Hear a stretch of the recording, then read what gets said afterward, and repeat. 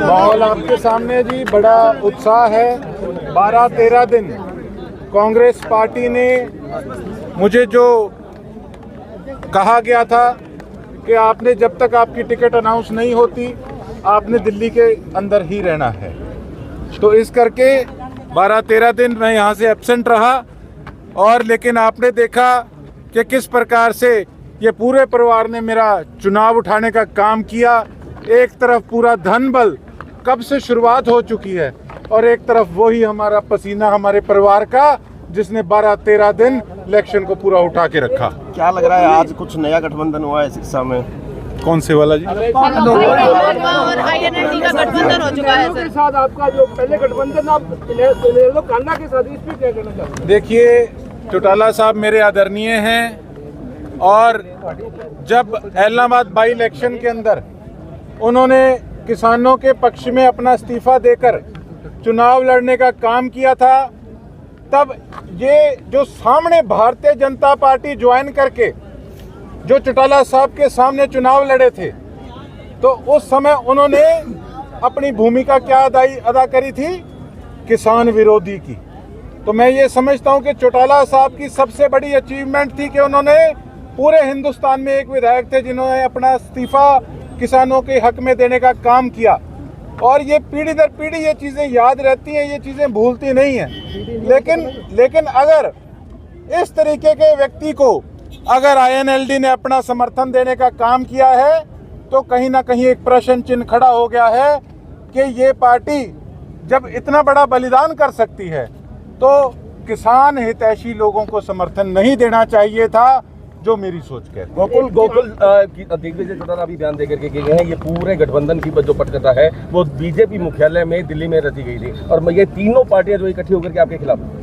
देखिए, स्वाभाविक है, मैं तो एक बात कहूँगा, और लोग बहुत हैं, इनेलो अपने हिसाब से लड़ रही है, उन्होंने अपना निर्णय लिया, मैंने अपना निर्णय लिया, और जो मेरे विपक्ष में है वो अपने हिसाब से लड़ रहे हैं। लेकिन सरसा के अंदर वोट काटू लोग भी बहुत हैं। उन वोट काटू लोगों की वजह से आज हमारे इलाके की दुर्गति है।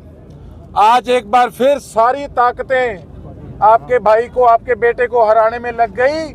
उसका सिर्फ एक ही कारण है, उनको पता है कि अगर ये व्यक्ति बन गया तो यहाँ पर धरातल पर बैठ के सरसा के लोगों के काम कराएगा। क्या मुख्य मुद्दे हैं जिनमें चुनाव आपको बयान दिया था कि अगर आप जीतते हैं तो इसके बाद में CBI के अंदर भी एक जो है एप्लीकेशन डाली जाएगी, जितने पुराने काम हुए उनकी भी पूरी जांच होगी, नहीं अगर CBI से होता तो हाई कोर्ट में भी जाएंगे। राहुल सेठिया जी का बयान। देखिए, ऐसा है, उन्होंने अपने हिसाब से जो बात कही बिल्कुल ठीक कही, लेकिन मैं एक चीज़ और जानता हूँ कि देखिए किस प्रकार से नगर परिषद के अंदर भ्रष्टाचार का बोलबाला था, कितने करोड़ों का ड्रेनेज सिस्टम का काम किया गया। आज खुद जो गद्दी सरसा की संभाले हुए हैं 700-800-900 करोड़ से नीचे तो बात ही नहीं करते। और इतनी दुर्गति, अगर इतना पैसा लगा होता सिरसा विधानसभा के अंदर तो आज शहर की, हमारे गांवों की तस्वीर बदली होती। तो ये लोगों का जो पैसा था वो कहाँ गया? बिल्कुल इसकी जांच होनी चाहिए। गोकुल, आपने सफाई अभियान शुरू किया था, उसका बड़ा जबरदस्त असर देखा जा रहा है। देखिए, ऐसा है, मैं एक बात जानता हूं कि मैं क्षमा भी चाहता हूं कि देखिए मुझे मौके पे दिल्ली जाना पड़ा और मैं भी मन में मेरे एक चीज़ थी कि यार इलेक्शन का टाइम चल रहा है और मैं 12 दिन वहाँ बैठा हूँ, तो इस करके मेरी तो पूरी मंशा थी कि मैं नॉमिनेशन तक सफाई अभियान को जारी रखूँ, एक एग्जाम्पल लोगों को बढ़ा के दिखाऊं कि सेवक सेवादार बोर्ड पे लिखाने से नहीं होता। अगर हम वाकई में सेवादार हैं तो हमें अपने इलाके के, अपने घर के काम करने में कोई शर्म नहीं होनी चाहिए। कभी गोकुल सेठिया ने अपनी जेब से 5 रुपए नहीं दिए लोगों की सेवा के लिए? ऐसा है, मैं आज अंदर था, मैंने पैरी हाथ लगाए उनके, उन्होंने कहा शाबाश। अब यार इतने अरबपति आदमी का, राजा महाराजाओं का मुझे आशीर्वाद मिल गया, मैं इलेक्शन थोड़ी हारूंगा।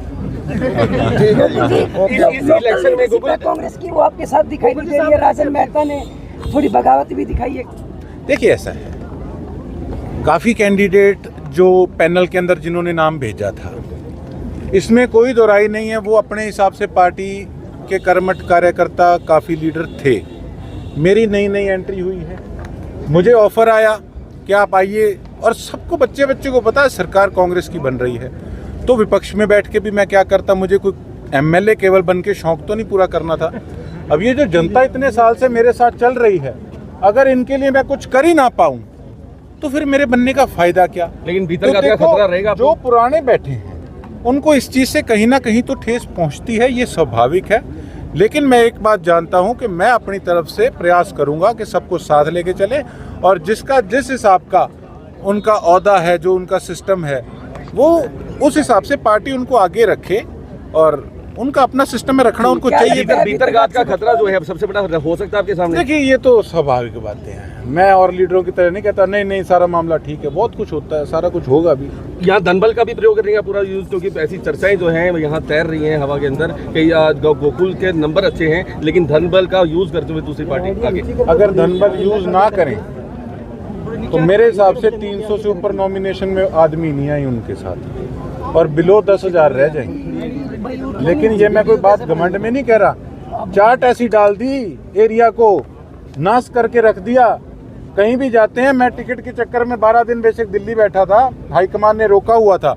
जो और इलाके के कैंडिडेट थे वो मेरे से चर्चा कर रहे थे, कहते आप कहाँ से भाई साहब? मैं कहा मैं सरसा से। जो जानते थे वो कहते भाई साहब आपके तो पैसा ही बहुत चलता है। ये छवि बना के रख दी हमारे इलाके के इन लोगों ने। गोकुल जी, आप सैलजा गुट में हो या हुड्डा गुट में? मैं तो पंजे के गुट में हूँ जी, सारे के सके हूँ मैं। हाँ, मेरी ना गोभी